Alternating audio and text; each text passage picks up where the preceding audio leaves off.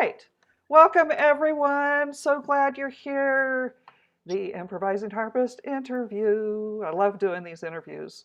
They're so much fun. There's Mary, and do this and quickly put in someone wants to join us. They can join us through Zoom. And so I want to interview Deborah Nyack. Am I saying your last name right, Deborah? Yeah, that's perfect. Nyack, like kayak. Oh, all right. So with the harp kayak. So Deborah is an active performing concert harpist. She's the resident harpist of the Fairmont Hotels in the Canadian Rocky Mountains at Banff, Lake Louise, and Canmore. Wow, how fun is that? Yes, Oh, yeah. Oh, Canada. But that's right. she performs and concertizes extensively worldwide in North America, UK, Israel, and China. Woohoo! Her harp Yeah. performances include small intimate settings to famous concert halls such as Carnegie in New York, Kennedy Center in Washington, D.C. She's performed for royalty, heads of states, movie stars, and countless bands. And she performs numerous types of special events, receptions, dinners, and gala festivals. And you can read the rest of her bio on the Facebook page. But today I've asked her to come and talk to us about her improvisations. And she has a talk that she's going to share with us called 7 Tips for Making Your Improvisation More Interesting. So I'm going to turn it over to you. And then if it's all right, I'll interrupt you a little bit here and there and ask you questions. And well, first I want to ask you before you even start into your It's a talk. Thursday, November. I'm sorry. Sorry, I thought I was muted. Oh, okay. All right. So, yeah. So tell us a little bit about your journey to becoming a harpist in the first place. Well, I think you hear this story from a lot of people. Oh, I always wanted to play the harp, right? Well, for me, it was like as soon as I could talk, I wanted to play the harp. So finally, I got a harp, and here we are. So it's been wonderful. Yeah, played as a kid. Went to Eastman School of Music. Studied out with Eileen Malone, the great grand dame of the harp world, Eileen Malone. And then I went to London and studied with Ossian Ellis. Of course, the famous work with Benjamin Britten, and played with the London Symphony for numerous years and concertized. And if you ever heard any of his recordings, they're spectacular. Yeah, so I grew up with my harp. It was kind of duck to water. And of course, everybody wanted me to play at school and at church functions and other gatherings as a kid. And there was nothing written for the harp like that I could just go in and play a hymn at that time. So I had to adapt quite quickly, learned how to do that. And I was studying piano at the same time, and I was always just like doodling away on my piano. So I started doodling away on the harp. And that sort of opened my world to the improvisation. So it's always been easy for me. But as I grew and studied music, of course, it became more tools in my toolbox, shall I say, to help the journey. But really, it just boils down to what you feel here anyway when you play. So, and then when I started playing at the hotels, and you'd have to sit and play for a dinner that's like 6 hours long, or playing in the lobby as people were coming in to the hotel for 6 hours. There's a huge amount of music you got to play. And every single day, getting up and playing the same music would be so boring. So to make it interesting, I would take a melody, y'all know, like Edelweiss, and start off with the sheet music and then go off and just do some fun stuff with it. And that just helped hone the skills. That's awesome. And it's just fun because it made the whole thing fun, right? Just never know what's going to happen, and you can just do what you want. It takes a lot of the pressure off too, right? Yeah, totally, because it's like, oh, well, this is interesting. Oh, well, this is nice. Oh, I won't play that again, but that was cool. And there's nobody telling you what's right or wrong. It's just enjoy it. That's all. Make it beautiful. Yeah, well, lovely. So, well, let's get into it. So, tell us what are the 7 steps or the 7 tips that you have, and I'll try to put Well, them in the chat as we go. okay. You know, I was sorry, there goes my microphone. There goes my microphone. Here we are. Uh, I was trying to think like what I could share with you that would be helpful. I have so many tools in my toolbox, but this is just a nice place to kind of get started in in even if you're doing something very simple, you can do these things. All right. So the first one, number one, is your form. So you're going to pick a song, whatever song it might be. Let's just think, all right, I'm just talking about Edelweiss, so that I'll just pull that out of my head. So form, there's two things that you can think about. And when I'm saying form, I'm saying the structure of the piece that you're putting together, the structure that you're going to play. That you're going to play this song. And what are you going to do with it so that it's interesting and just doesn't chug along like a train that goes on forever and ever and never seems to end and never has anything. So you want to give a type of a form to your piece. There's two things you can do that are really easy right right when you first start playing. So under form, you're an intro. Give your song an intro. This is really easy to do. It can be just simple little chords, right? A roll chord. As much as you want. You can change the register. You can play it low. You can play it high. Just roll chords or a broken chord pattern.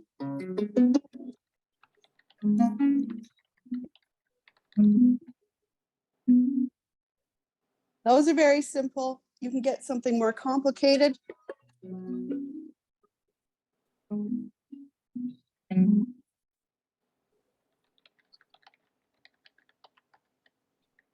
But an intro gives a chance for people to kind of hear the harp.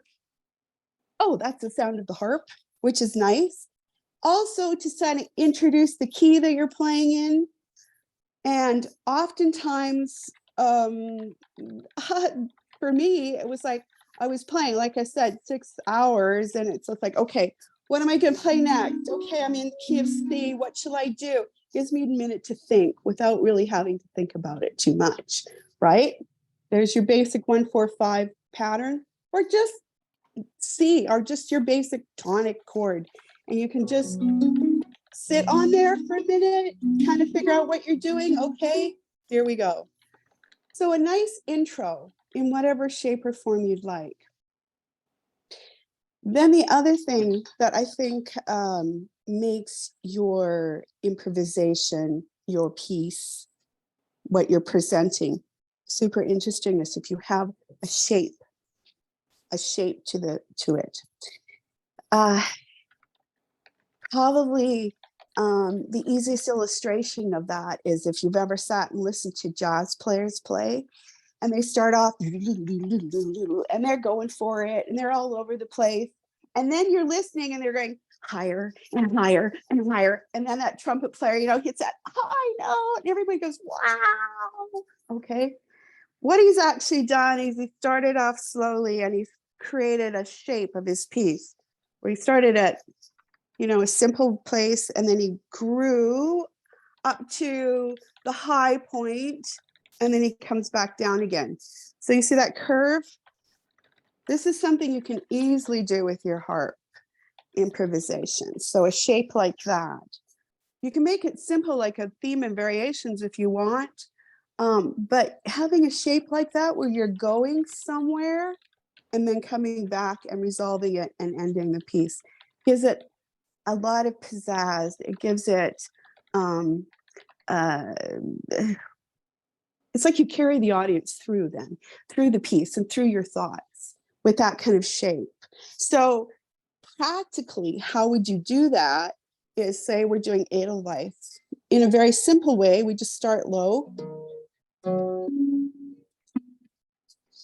Okay, so we're down there for a while, then we're going to go up to the middle section of the harp, add a few notes. don't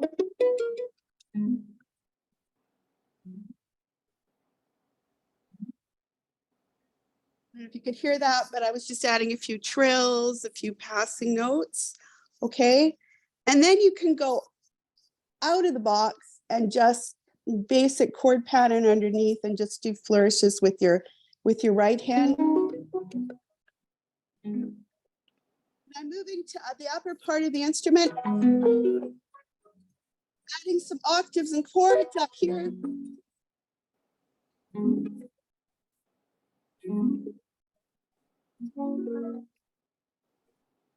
Okay, now I've reached a high point. Now I'll come down, just maybe some roll chords. And then back to the main theme again. And end it. So you see how I've given shape by starting off simple and low, then did a middle part where I started adding a few flourishes like trills and passing notes, maybe some more interesting chords. And then I got off the melody and started adding in more fuller chords, more octaves, and was kind of following the melody, but probably not, and getting up to the high part of the harp until I felt like I'd reached a pinnacle. And then I bring it right back down, just simply with an arpeggio perhaps, and then play the theme. And I've given the song a shape. See what I mean? You have any questions with that?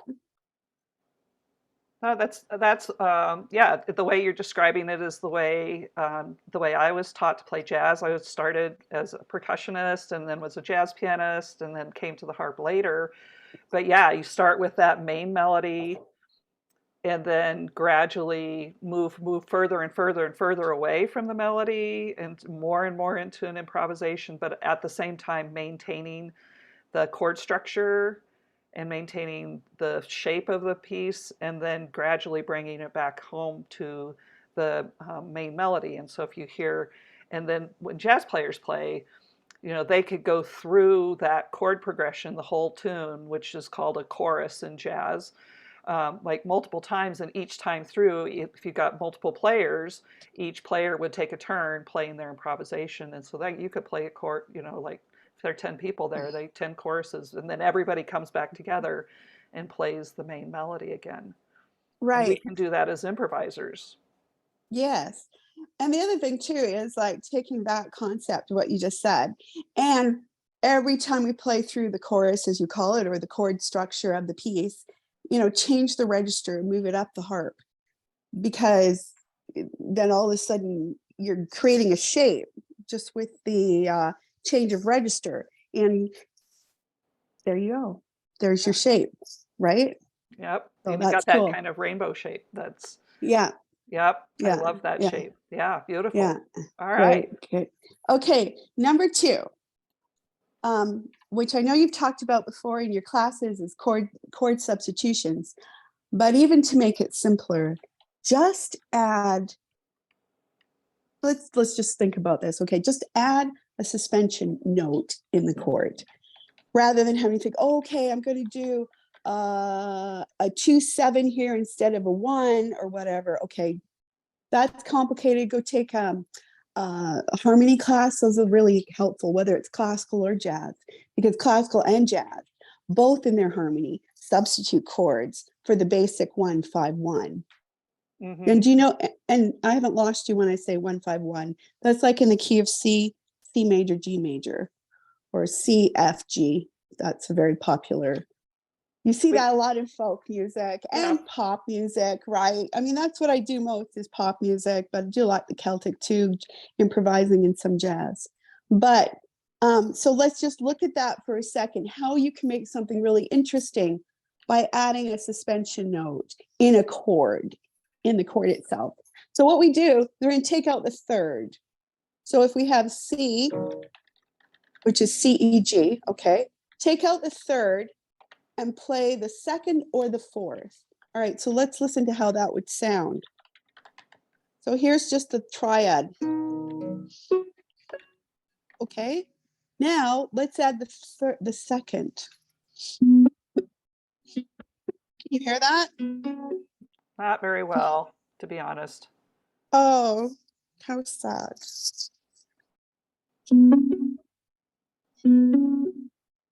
Yep, I can hear that. And you're playing the C, D, and G, right? That's right. Yeah.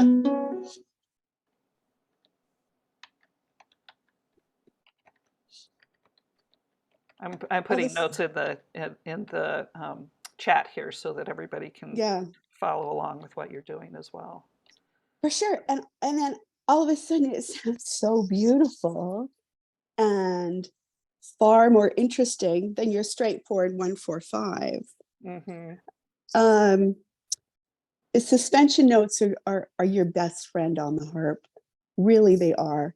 You never can play a suspension note that's going to sound bad. It just gives it ethereal effect, and whatever song you're playing, it doesn't matter whether it's Bach, Zeppelin, O Carolyn, whatever, right?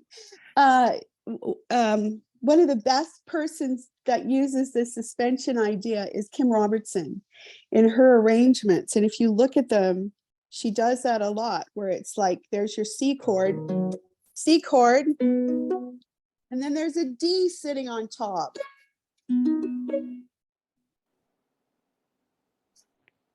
Yeah, That's suspension. beautiful. Yeah. Yeah, it just sits there and it's beautiful. And it adds such a nice little spice to your whatever you're playing. It's great. Mm-hmm. So that's a very easy way to add that. You hardly even have to think about it. Just taking out that one chord, that 5 chord, and add a 2 or a 4 rather than your third. Right. So Mary is asking, so a suspension note is either a 2 or a 4. That's easy. Well, there can be lots of others, but those 2 are the easiest to grab within our little triads, right? Right. They're right there in our hand. Boom. We hardly even have to think about it. You're just moving the middle finger either down 1 Yeah, or up 1. Yeah, or use the second finger for going up or the third finger for going down, Mm-hmm. It works. You don't even have to really think about it. Just, move the finger one way or the other. Yeah. And all of a sudden you have something so beautiful. I love that. That's such an easy, you can play through one time straight with the regular chords, and then your second time through or your third time through, then you add the sus chords to create this growth in the structure. Yeah, beautiful. And what I find too is when I use that sort of technique is like people just sitting on the edge of their chair and they just want to listen because they're waiting for the resolution, right? It's wonderful. You pull your audience in with those. Those are great. And that's why it's called a suspension. It creates that suspense right in the music. Yeah, beautiful. Mm-hmm. Right. Okay, so the third thing, and that's the feel. All right, now what I mean by that is I mean the emotional content of your piece. This is the thing is I think Grace Browning did some Facebook talks about this, so go back and have a look at her stuff. It's quite interesting. She uses this in classical music, but I use this all the time and have all the time use this in playing my pop songs. All right, and that is this: your brain has different components. I'm sure you've probably all heard this, where you think about, there's the analytical side, where you think about, okay, how's the chord structure and where's my melody and what am I doing with that? And then there's the muscle memory, figuring out where your hands are going. There's the visual, looking at your harp, seeing where the C string is, where you're supposed to place it. The sound, like following your ear and doing what you need to do, all the different parts of your brain here. But the one we don't talk about very much is the emotional aspect. So I'm bringing it to the forefront for you. When I sit down and play a song, I think about for a minute, what is the emotion that I'm trying to portray here? Is it is it a sad song, or is it a happy song? Is it a love song, or is it, sprightly and dance? What is the emotion of the song? And you might go, Okay, yeah, I can define that really easily.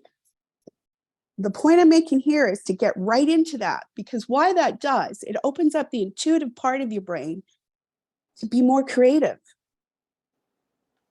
So when people say the feel, it's about pulling that emotional part of that side of your brain into what you're doing. And it just opens up the capacity in your brain to be able to be more intuitive and creative. And it's phenomenal what can happen.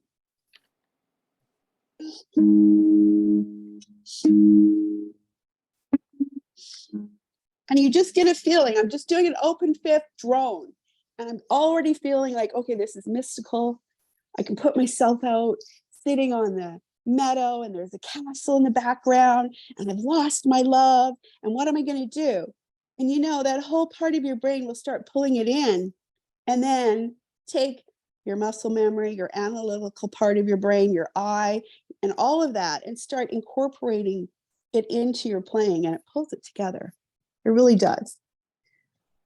Do you know what I'm talking about, or does this sound airy fairy? No, what you're talking, well, I also work with singers because I also teach singing, and they talk about this as being like almost like acting. Like you need to put yourself in the story. Mhm. You put yourself in, and when you put yourself in the story, or you put yourself in the, like you just put yourself in the story. There's a castle, you've lost your love, it's mystical, it's that, now I'm getting a picture of it's kind of cloudy, maybe a little gloomy, kind of sad. And then what happened as I was watching you play is your body posture changed to move you into that emotional place, and then that went into your playing. And Exactly. and that's what I do myself is, when I'm doing my own improvisations, I have a podcast. So when I'm doing my podcast, I usually write out something ahead of time that gives me the feeling of what it is that I'm trying to convey. And it's totally changes my posture, my way I'm approaching the harp, the way even the way I'm pulling on the strings. And that's what I saw happen with you right away. I was like, wow, you're in a different place completely. Yeah, yeah. And it brings up like, again, it sort of brings up, well, what notes falls into that emotion, right?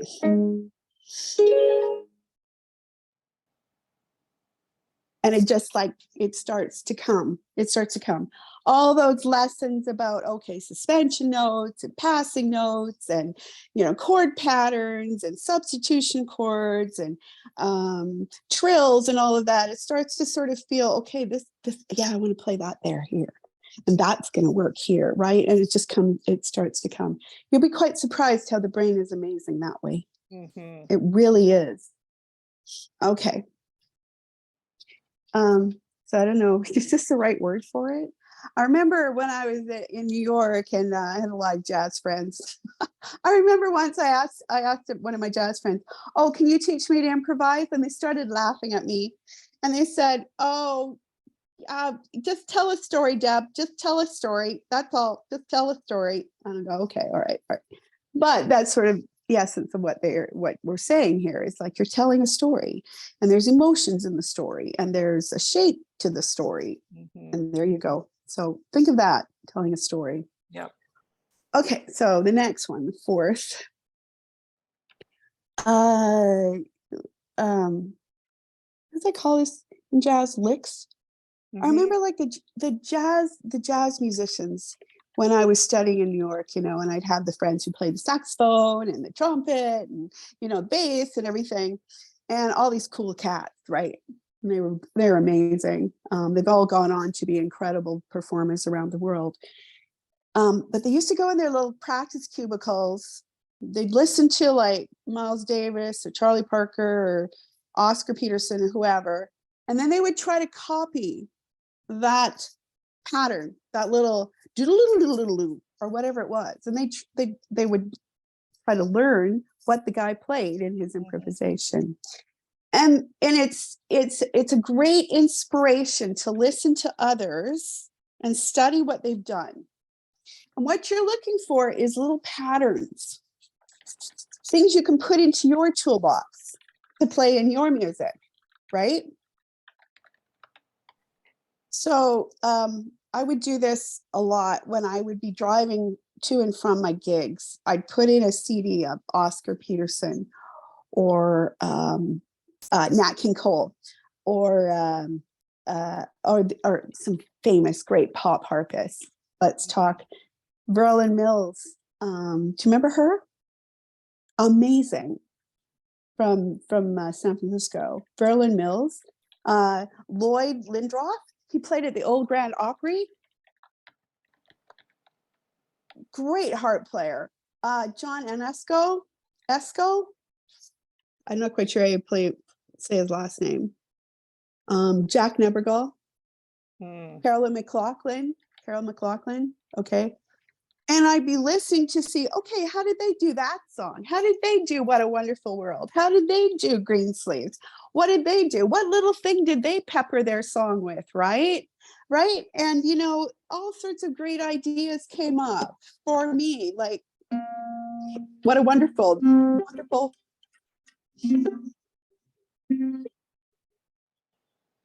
All right, where's my A pedal? There we go. But Lloyd, he did this a lot. That little fountain lick.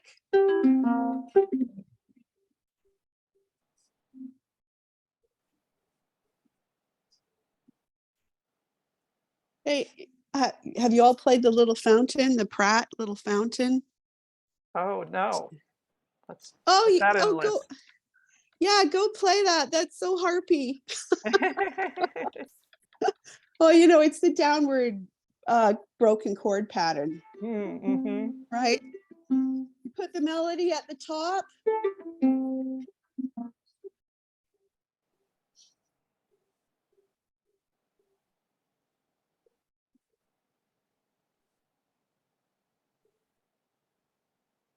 There you go.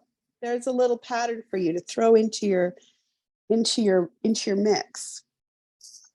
And all these little patterns. So let's talk about that. All these little patterns that you can get into your muscle memory. Do you know what I mean by muscle memory? Have you talked about this? Yeah, I've talked about Yeah. muscle memory.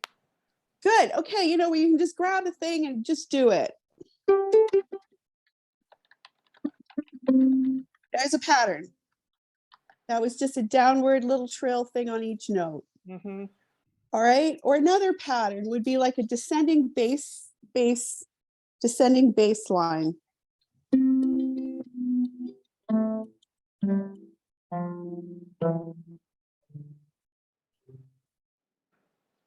There's another pattern that you just pull in out of your toolbox and throw it in.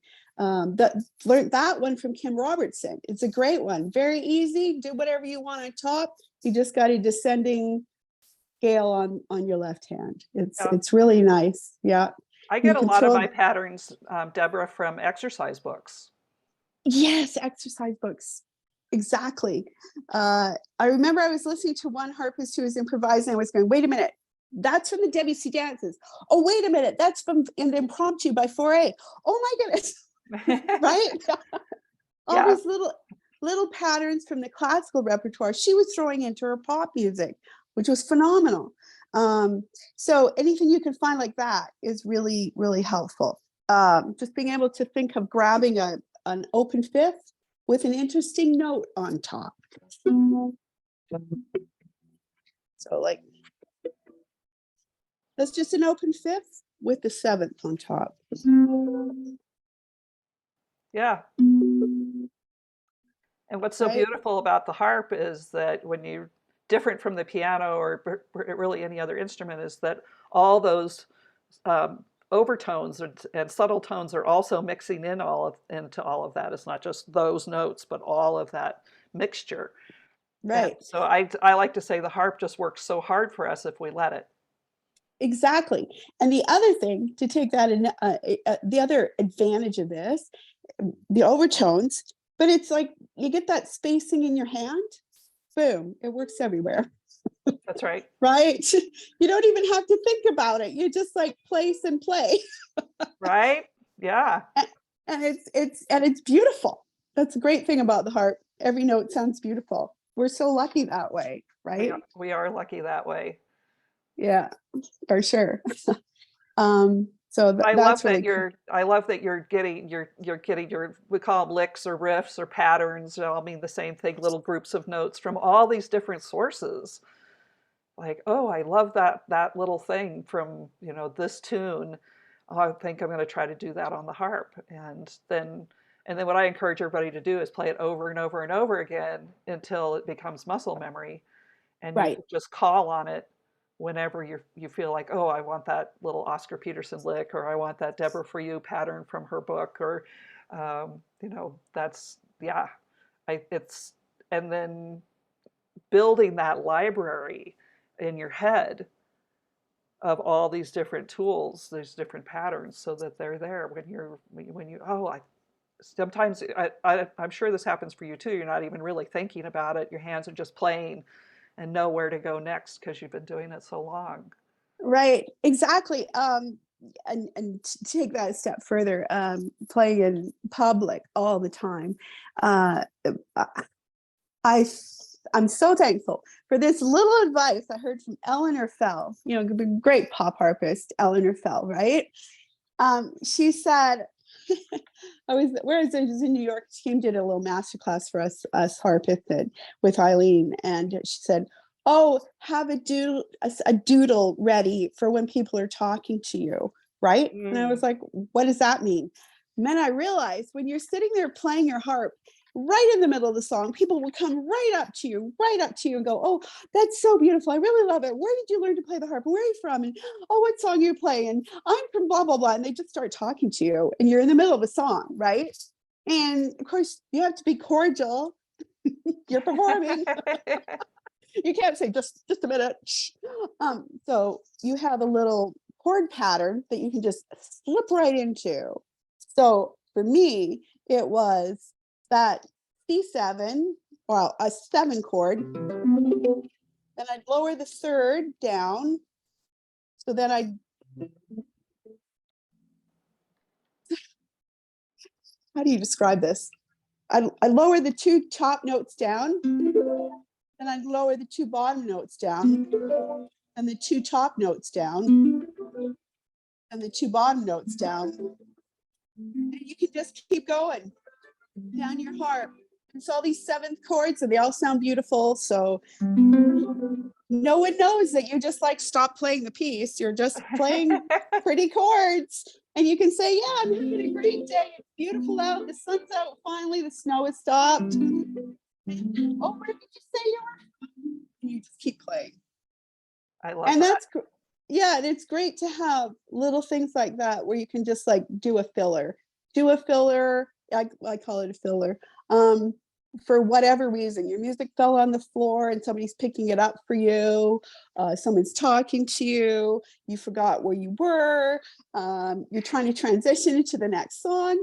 Life is chaos. You never know what's going to happen. So here you have your little uh, Tinkerbell to just fill in the moment before you get back where you need to be. Right. Yep. Yep. I use 1-6-4-5 chord progression for that. I call it the Blue Moon chord progression. It's also Oh, yeah, Ash that's beautiful. Ash Grove and like tons of other songs use that chord progression. And I've just been doing it so long I can do it without looking and keep talking and keep playing and just keep going. And It's people are like, "That's great. so beautiful. What is that?" I'm like, "Every song." It's every song. That's fabulous. So to have something like that in your toolbox is priceless, right? It is. It's your go-to whenever you need it, right? Yep. For Yep. sure. And I just developed that because I like the sound of it. Yes. Yeah. And I think the key there is because I like the sound of it. Uh-huh. That's awesome. It can be just 2 open fifths, one after the other. It could be like, 1-6-4-5, whatever you want. But as long as you like it Yeah. and you feel really comfortable playing it, that's all you need, right? Yep. That's the truth. That's the truth. All Yeah. right. So licks and riffs. All right. So tell us what's next. Okay. A motif. A motif. All right. Okay. So here you've picked a song. Let's say she moved through the fair. Let's go into some Celtic stuff. she moved through the fair, and you're like, okay, so what's my motif here? My motif would, in this song, would be that I'm just going to use 2 chords through the whole piece. And I might put, of those 2 chords, I might put like the 2 different chords on top of each other, or I might just play the 1 chord, or, you know, switch the other chords. So the other chords below and the other chords on top. But my motif is I'm just going to use 2 chords through the whole thing. So a motif can be melodic, but it also can be chordal, and such as this, right? So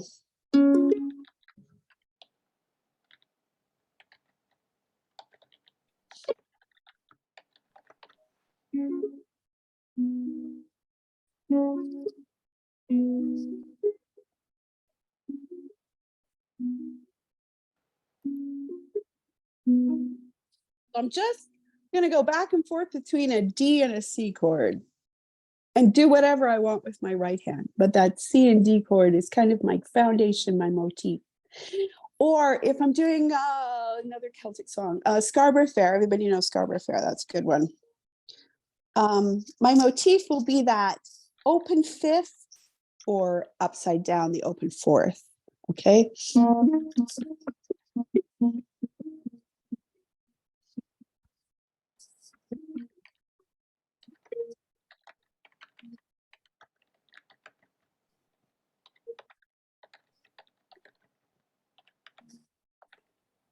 So it continually running an open 5th somewhere and weaving it through the piece.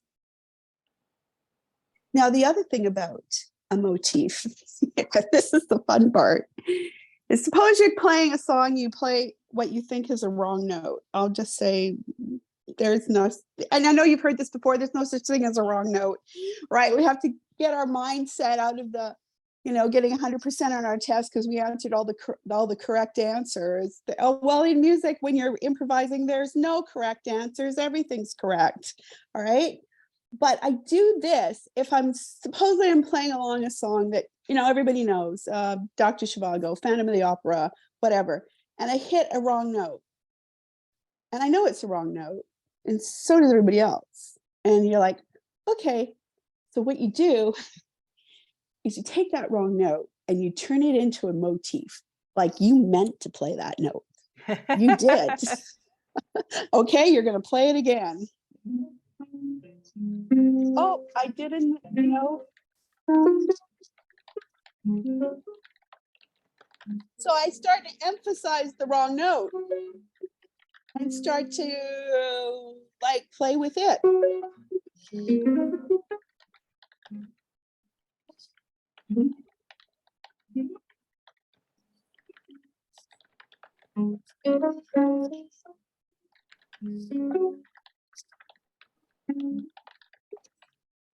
So actually start throwing it into the melody as if it's like a suspension note into the melody, and play it again, and then put another chord with that note on top.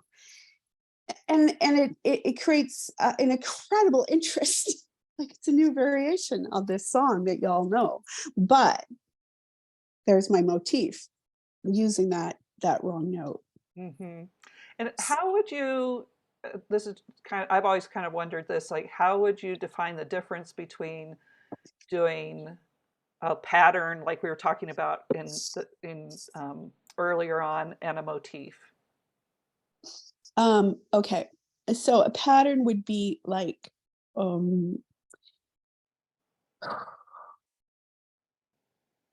pattern would be something like you're accompanying a pattern is something you might on 2 scales.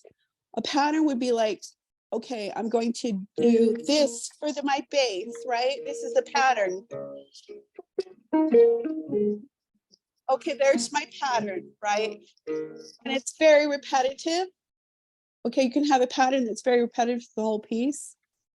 Your left hand pattern, for instance. Mm-hmm. Or a pattern could just be a one-off thing, right? Where it's, you know, just an arpeggio. Okay. Or it's something I'm going to fill in between. I'm up top and I want to go low. There's a pattern. pattern that I can pull out of my toolbox to get me from high to low. So a pattern can be like a standard, good old left hand pattern, or a pattern can be something small you can just fill in somewhere. Whereas a motif is something that kind of keeps recurring. Okay. It can have very little variation on it, but it's like, oh, there it is again. Oh, there it is again. Oh, there it is again. There it is again. Oh, listen to that. She did it with harmonics. Oh, that's got a suspended note on top of the motif. You know what I mean? It kind of ties everything together. Like, it's my motif again, that open fifth. There's my motif. Oh, there's my open fifth again. Oh, it's down here now. Oh, it's got a suspension note in it. You see what I mean?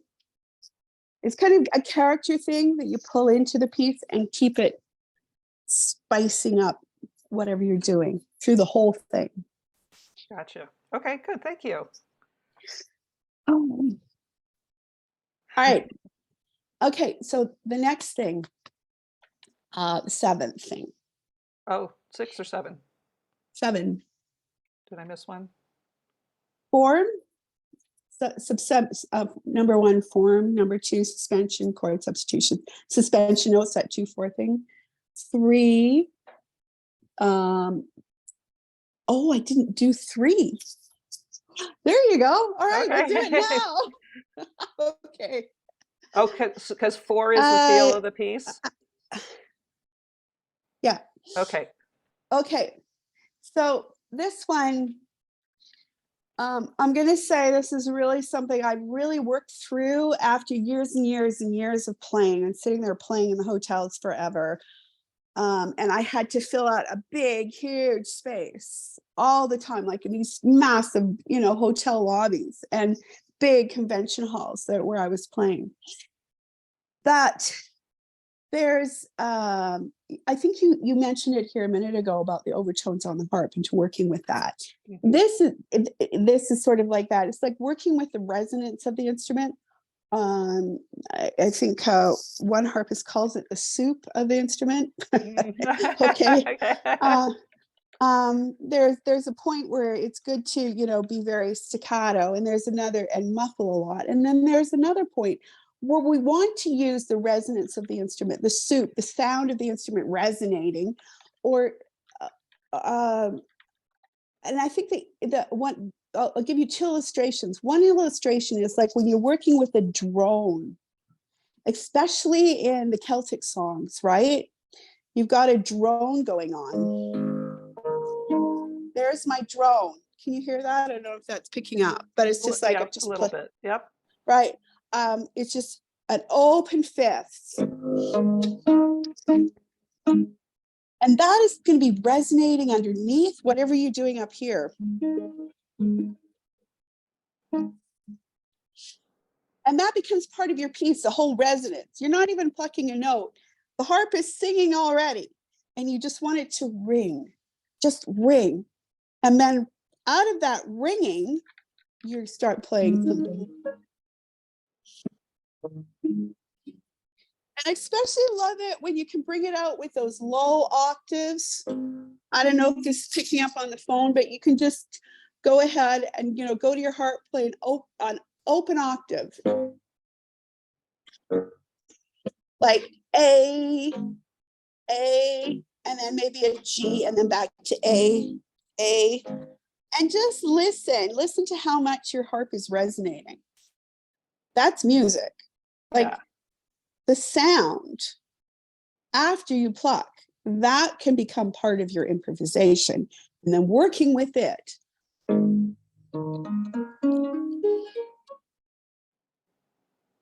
Just let it ring. Just let it ring. Like I've just done an open fifth with then a few other notes at the top of the instrument, and just letting it ring. I don't have to pluck anything. I'm just letting the harp ring, and I've got a song going on, right? Right. Right. And then you can start filling up a little bit if you want. But keeping that drone going and the harp is resonating, this becomes a piece unto itself. Yeah, I love doing that because, and especially the low notes because they'll ring so much longer than the higher notes. And I always encourage my students to put their hand on the soundboard. We don't do that enough. Like really feel that they like the soundboard is vibrating, and it's not just vibrating those low notes; it's vibrating all the strings. And then the ones that are, now I get kind of nerdy, but mathematically sympathetic to the note that you're playing are ringing louder and creating that music. And then Yeah. fill in with your own, your own passing tones and your own melody notes. And yeah, you've got something where the harp is working hard for you. For you. And so work with it, right? Mhm. And then going into pop music, it's sort of allowing the harp to be that sustaining note. Like sometimes people listen to some of my recordings and they'll come back to me and go, you had an organ playing with you on that. I know I could hear it, right? Well, no, it was the harp ringing, and then I'd work the melody in with that resonance,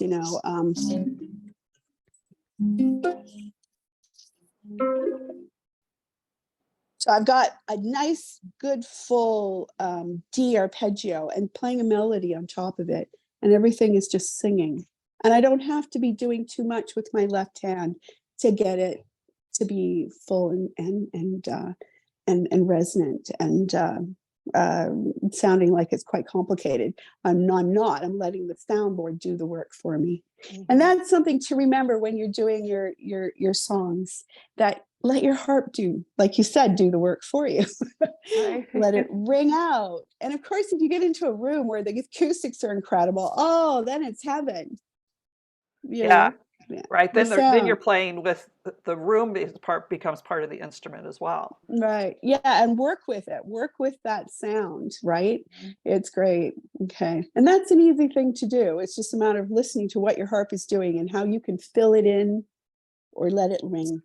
Right. And then what you just said is so important, Deborah, to listen to what your harp is doing, because Yes. it's this dance between you and the instrument. And this is something I had to learn because I was so focused on playing Yeah. that I wasn't listening as carefully Yes. and then when I started to be able to listen more to what I was doing, it became more fluid and I wasn't working as hard. Yeah. All right. So I don't know how you're fixed for time. We're getting close to the top of the hour. I'm more than happy to keep going if you want to go a little All bit right. over. Yeah. That's fine. I'll just throw in the last one then. It's easy. Um, this is, I'm going to call it the balance, the balance between melody and chord. So you're balanced. And what I mean by that is when you're listening to a piece, well, what is your ear concentrating on? Are we listening to your melody that you're presenting? Or are we listening to your chord patterns and chord expansions? What are we listening to? And what you want to be doing is giving your audience something to follow. So this is something to think about as you're playing. Like sometimes we can get our left hand really complicated and our right hand's really complicated too. And it's like everything's going on, but what's the important part? Right? Where is the melody? Or is it the chord pattern that you just want to be bringing out? And that's what you want people to sort of feel and hear. Or is it the melody?